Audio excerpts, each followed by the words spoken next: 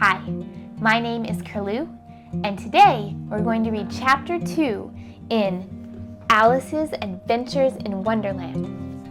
Let's get started. Chapter 2, The Pool of Tears. "Curiouser and curiouser!" cried Alice. She was so much surprised that for the moment she quite forgot how to speak good English. "Now I'm opening out like the largest telescope that ever was. Goodbye, feet!" For when she looked down at her feet, they seemed to be almost out of sight. They were getting so far off. "Oh, my poor little feet! I wonder who will put on your shoes and stockings for you now, dears. I'm sure I shan't be able. I shall be a great deal too far off to trouble myself about you. You must manage the best way you can. But I must be kind to them," thought Alice, "or perhaps they won't walk the way I want to go. Let me see. I'll give them a new pair of boots every Christmas."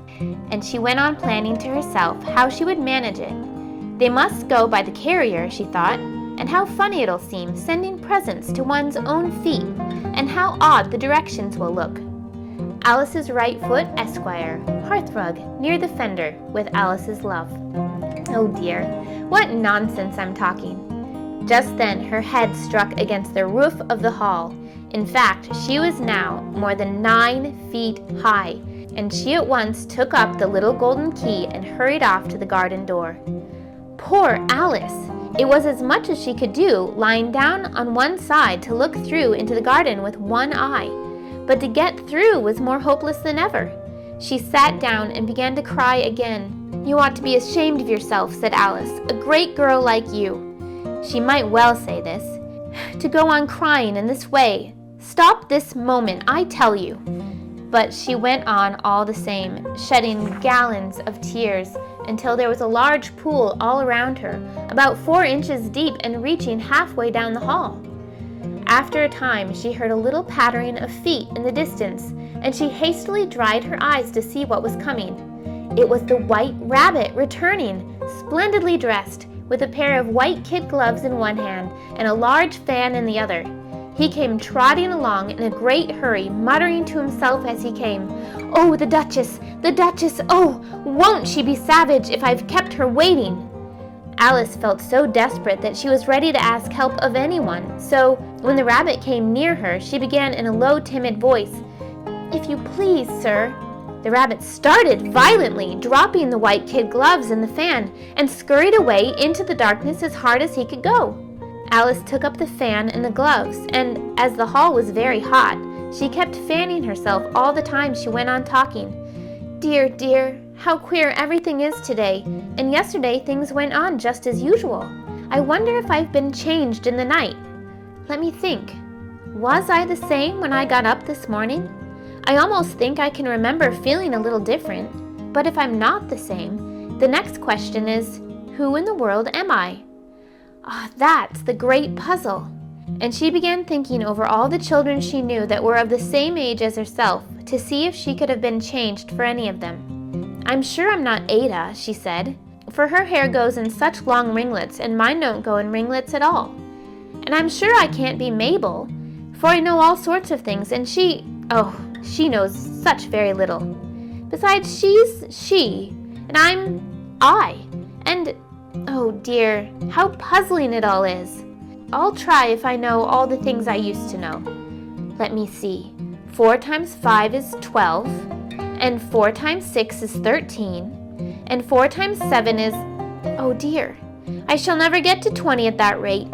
However, the multiplication table doesn't signify. Let's try geography. London is the capital of Paris, and Paris is the capital of Rome, and Rome... No, that's all wrong. I'm certain. I must have changed for Mabel. I'll try and say, how doth the little..." And she crossed her hands on her lap as if she were saying lessons, and began to repeat it. But her voice sounded hoarse and strange, and the words did not come the same as they used to do. "How doth the little crocodile improve his shining tail, and pour the waters of the Nile on every golden scale? How cheerfully he seems to grin, how neatly spreads his claws, and welcome little fishes in with gently smiling jaws." "I'm sure those are not the right words," said poor Alice, and her eyes filled with tears again as she went on.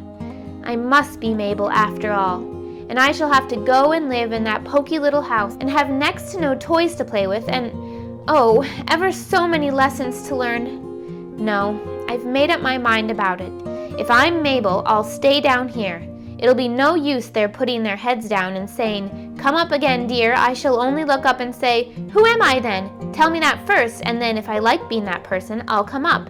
If not, I'll stay down here until I'm somebody else. But, oh dear," cried Alice with a sudden burst of tears, "I do wish they would put their heads down. I am so very tired of being all alone here." As she said this, she looked down at her hands and was surprised to see that she had put on one of the rabbit's little white kid gloves while she was talking. "How can I have done that?" she thought. "I must be growing small again." She got up and went to the table to measure herself by it and found that, as nearly as she could guess, she was now about 2 feet high and was going on shrinking rapidly. She soon found out that the cause of this was the fan she was holding, and she dropped it hastily, just in time to avoid shrinking away altogether. "That was a narrow escape," said Alice, a good deal frightened at the sudden change, but very glad to find herself still in existence. "And now for the garden," and she ran with all speed back to the little door. But alas! The little door was shut again, and the little gold key was lying on the glass table as before.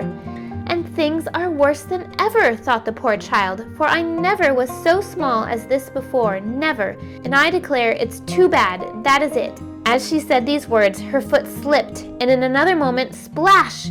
She was up to her chin in salt water. Her first idea was that she had somehow fallen into the sea, and in that case I can go back by railway, she said to herself. Alice had been to the seaside once in her life and had come to the general conclusion that wherever you go to on the English coast you find a number of bathing machines in the sea, some children digging in the sand with wooden spades, then a row of lodging houses, and behind them a railway station. However, she soon made out that she was in the pool of tears which she had wept when she was 9 feet high. "I wish I hadn't cried so much," said Alice as she swam about trying to find her way out. "I shall be punished for it now, I suppose, by being drowned in my own tears. That will be a queer thing, to be sure. However, everything is queer today." Just then she heard something splashing about in the pool a little way off, and she swam nearer to make out what it was. At first she thought it must be a walrus or a hippopotamus, but then she remembered how small she was now, and she soon made out that it was only a mouse that had slipped in like herself. Would it be of any use now, thought Alice, to speak to this mouse?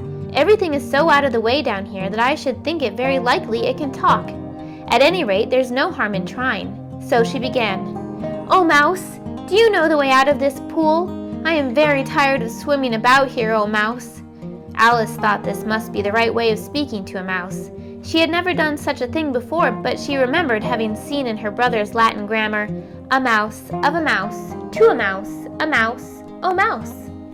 The mouse looked at her rather inquisitively and seemed to her to wink with one of its little eyes, but it said nothing. "Perhaps it doesn't understand English," thought Alice. "I dare say it's a French mouse come over with William the Conqueror." For with all her knowledge of history, Alice had no very clear notion how long ago anything had happened. So she began again, "Oui, est, ma chatte," which was the first sentence in her French lesson book. The mouse gave a sudden leap out of the water and seemed to quiver all over with fright. "Oh, I beg your pardon," cried Alice hastily, afraid that she had hurt the poor animal's feelings. "I quite forgot you don't like cats." "Not like cats!" cried the mouse in a shrill, passionate voice. "Would you like cats if you were me?"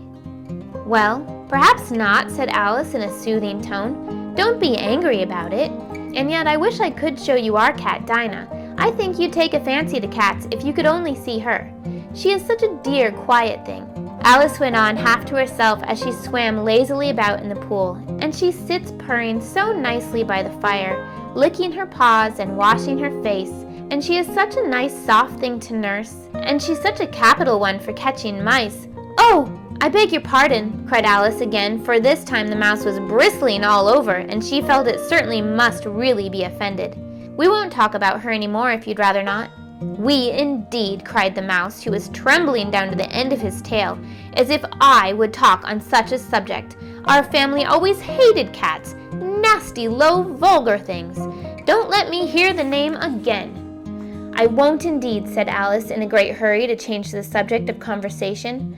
Are you fond of dogs?" The mouse did not answer, so Alice went on eagerly. "There is such a nice little dog near our house. I should like to show you. A little bright-eyed terrier, you know, with, oh, such long curly brown hair. And it'll fetch things when you throw them, and it'll sit up and beg for its dinner, and all sorts of things. I can't remember half of them. And it belongs to a farmer, you know, and he says it's so useful, it's worth £100. He says it kills all the rats and—" "Oh dear," cried Alice in a sorrowful tone, "I'm afraid I've offended it again." For the mouse was swimming away from her as hard as it could go, and making quite a commotion in the pool as it went. So she called softly after it, "Mouse dear, do come back again, and we won't talk about cats or dogs either if you don't like them." When the mouse heard this, it turned around and swam slowly back to her. Its face was quite pale, with passion, Alice thought, and it said in a low, trembling voice, "Let us get to shore, and then I'll tell you my history, and you'll understand why it is I hate cats and dogs." It was high time to go, for the pool was getting quite crowded with birds and animals that had fallen into it. There was a duck and a dodo, a lory and an eaglet, and several other curious creatures. Alice led the way, and the whole party swam to the shore. And that is the end of Chapter 2. Stay tuned for Chapter 3.